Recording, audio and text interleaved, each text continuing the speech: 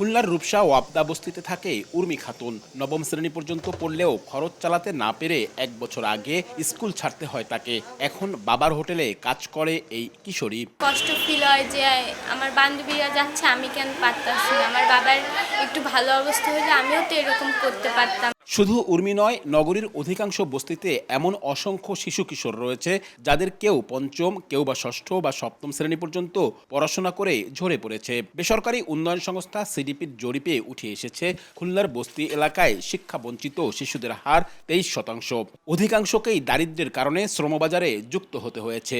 বাসায় আব্বা অসুস্থ, তার জন্য আমি কাজে নামছি। ফ্যামিলির একটু অবস্থা খারাপ, তাই আমি নতুন বাজারে মাছ কাটি। অর্থ সমস্যার কারণে আর কি লেখাপড়া করতে পারি না। বস্তিগুলোতে শিক্ষা থেকে বঞ্চিত শিশুর পাশাপাশি নাগরিক সমস্যারও ছড়াছড়ি।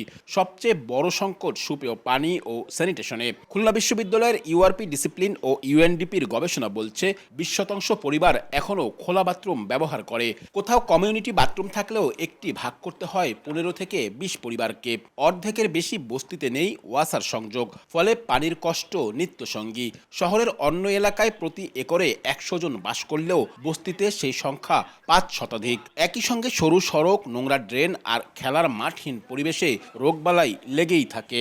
যত ময়লা আছে আবর্জনা সব আমাদের রাস্তায়, আর বাচ্চারা হাঁটাচলা করতে পারে না। পর্যাপ্ত পরিমাণ জায়গা না থাকার কারণে একটাই বাথরুম। পানি ওঠে, ওই বাথরুম আর ড্রেন ঘর একতা হয়ে যায়। মাঠ নাই, এই রাস্তায় বেরোয় একটু বাচ্চারা খেলায়। অ্যাম্বুলেন্স আসবে বা একটা ভ্যান আসবে সেরকম রাস্তা নেই। কিশোরী মেয়েদের সমস্যা, কিশোরী ছেলেদেরও সমস্যা, কোনো কর্মস্থান নাই। এসব সংকট নিরসনে বিভিন্ন বেসরকারি উন্নয়ন সংস্থা কাজ করলেও তা প্রয়োজনের তুলনায় খুবই সামান্য।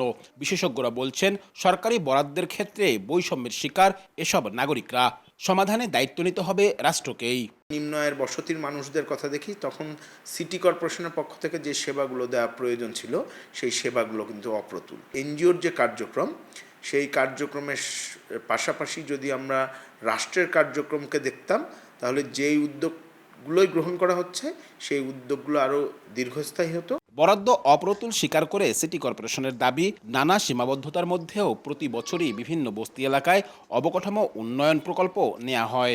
কেসিসি নিজস্ব ফান্ড থেকেও আমরা বছরে প্রায় 25 লক্ষ টাকা মতো বাজেটে ধরে রাখছি। এছাড়া গভর্নমেন্ট প্রজেক্টেও ড্রেন, রাস্তা এগুলো কিন্তু ধরে আমরা রাখছি, কিন্তু সেটাও অপ্রতুল। তারা কিছুটা বৈষম্যের শিকার হয়, এটা অনস্বীকার্য। কিন্তু আমরা চেষ্টা করছি পরিকল্পিতভাবে কিভাবে এটা রক্ষা করা যায়। নাগরিক এসব সমস্যা নিয়ে খুলনার 3 শতাধিক বস্তিতে বেঁচে থাকার লড়াই 3 লক্ষাধিক মানুষের। আব্দুল্লাহ আল মামুন রুবেল, সময় সংবাদ, খুলনা।